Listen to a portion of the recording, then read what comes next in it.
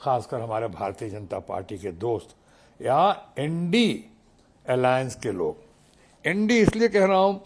कि वो लोग इंडिया अलायंस को इंडी कहते हैं, तो उस हिसाब से उनका भी एनडी होना चाहिए। तो एनडी के लोग जो हैं वो इस कदर बौखलाए हुए, घबराए हुए हैं, इतना दिखता है, इतना ज्यादा, और कुछ ओवरशूट द रनवे कर दिया है। एक नारा देके कि अब की बार 400 पार और भारतीय जनता पार्टी को 370 से ज्यादा। अभी कहां से मिलेगी, कहां से खरीदेंगे, कहां से लाएंगे, स्ट्राइक रेट क्या होगा उनका? क्या 450 सीटें लड़ने जा रहे हैं कि 370 सीटें उनको आएंगी भारतीय जनता पार्टी का? 400 पार आज के दिन तो बिल्कुल नामुमकिन दिख रहा है, खासकर जैसे हालात हैं। इसीलिए मैं कहना चाह रहा हूं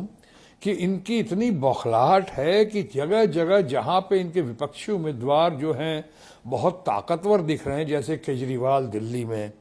जैसे हेमंत सोरेन को वहां किया पहले, जो भी झारखंड में, या फिर अभी इन दिनों बंगाल में जो हवा बह रही है या तूफान चल रहा है ममता जी के प्रति लोगों का समर्थन और सहानुभूति, कि ममता जी को पहले जिस तरह से अपमान किया गया था वो लोग भूले ही नहीं अभी तक, दीदी ओ दीदी, कि तब तक अभी भी कह दिया गया कि ममता जी को शर्म नहीं आती। देश में एक ही महिला मंत्री है, महिला है, और एक ही मुख्यमंत्री है, महिला मुख्यमंत्री। उनका सम्मान करने के बजाय, भले पॉलिटिकल विरोधी हो कोई बात नहीं, इस तरह से किया जा रहा है। तो कहीं रेड करवाया जा रहा है ऐसा दिखता है, कहीं आपने अगर एनआई का जिक्र किया, अभी जो दिल्ली में बैठे हुए लोग जो आए हैं वहां से टीएमसी के, दिल्ली में बैठे हुए लोग हैं, ये अर्ली मॉर्निंग यानी 4-5 बजे सवेरे, बगैर लोकल एडमिनिस्ट्रेशन को खबर किए हुए, बगैर पुलिस को खबर किए हुए, जब महिलाएं उस वक्त तैयार होते रहती हैं, चाहे लोग भी, बच्चे भी,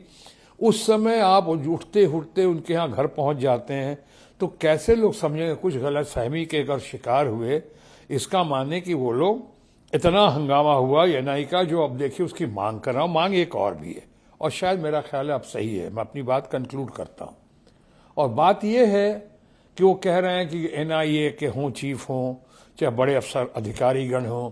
चाहे ईडी के हों, जो साफ दिखता है कि 95% से ज्यादा आप चोट और अपना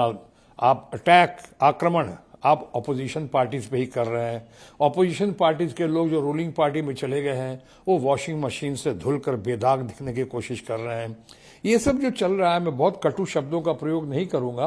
कि वो चुनाव की घड़ी, और सब अपने मित्र ही हैं। मेरा मानना है पॉलिटिकल ओपोनेंट जो है हमारा, वो दुश्मन नहीं है तो हमारे ही परिवार का। तो ये, और खासकर भारतीय जनता पार्टी तो मेरा बहुत लंबा चौड़ा परिवार रहा है, बहुत सालों तक रहा है। मैं उनमें से बहुतों की कदर करता हूं, वो भी हमारी कदर करते हैं। लेकिन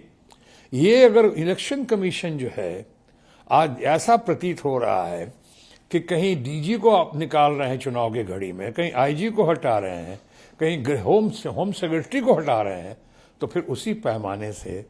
आप ईडी के जो अधिकारीगण हैं, इनकम टैक्स के अधिकारीगण हैं, एनआईए के अधिकारीगण हैं, या फॉर दैट मैटर सीबीआई के अधिकारीगण हैं, उनको क्यों नहीं हटा रहे हैं? इसी मांग को लेकर वो लोग आंदोलन कर रहे हैं, और इसी मांग को लेकर बौखलाए हुए लोग, घबराए हुए लोग उन पर जोर जुल्म और सितम कर रहे हैं।